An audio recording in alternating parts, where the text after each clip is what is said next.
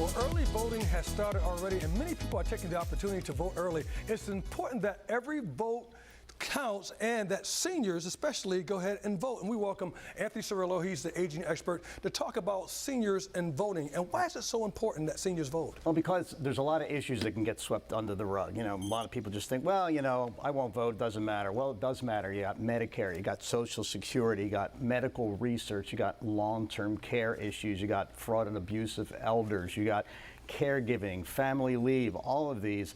You don't have to be an older person to know that it's going to affect you if you're a family caregiver. So it's important because all of these issues are being discussed, and whether to fund them or, you know, expand them or cut them back, and so you need to take your stand and vote. So what do people need to do here in North Carolina to vote?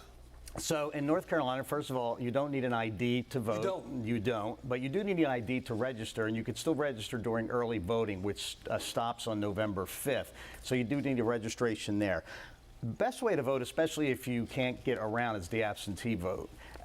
If you have one, get it in. Unfortunately, the deadline for requesting one was November 1st, so you can't do much about that if you don't have one. If you're visually impaired, you can go somewhere called the North Carolina Absentee Ballot Portal. And actually, if you just go to NCSBE, North Carolina State Board of Elections.gov, you're going to find a lot of this information. And so you could vote there. There's also something called a multi-partisan, I love that word, multi-partisan assistance committee. Okay. And so what they do is they help older folks who have issues with absentee voting, mail-in voting, getting to the polls, that kind of thing. But the best thing to do to avoid the crowds, and if you can get out, is to vote by Saturday, November 5th. So what if you are disabled and you show up to the polls? Is there any recourse for you to go ahead and still vote? Oh, absolutely. First of all, you guaranteed the right to vote if you're a registered voter. So you should first call your county board of elections and see if your polling place is, you know, can accommodate your disability. If not, request another one. When you get there, you can be assisted, but you have to ask for it, and somebody will come out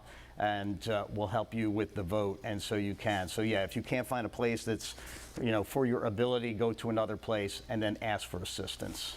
And this is really important for really seniors to go ahead and exercise their civic duty, and they make it really easy for you to do that. Absolutely.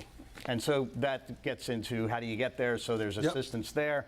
The Mecklenburg County Coalition has early voting. They have rides. There's a big, long Google Doc. You couldn't put it on the Chiron, but if you go to the Mecklenburg County Coalition early voting, there's a form you can fill out to get a ride. You could also check with your local churches. And Lyft is offering on Election Day, on the 8th, 50% off ride shares. So normally Uber will follow suit there. So you got to get there in order to make the vote count. They make it so easy. Also, for more information, you go to theagingexperience.com. That's his website, theagingexperience.com. You do a phenomenal job indeed. Thank you very much, sir. Thank you, sir.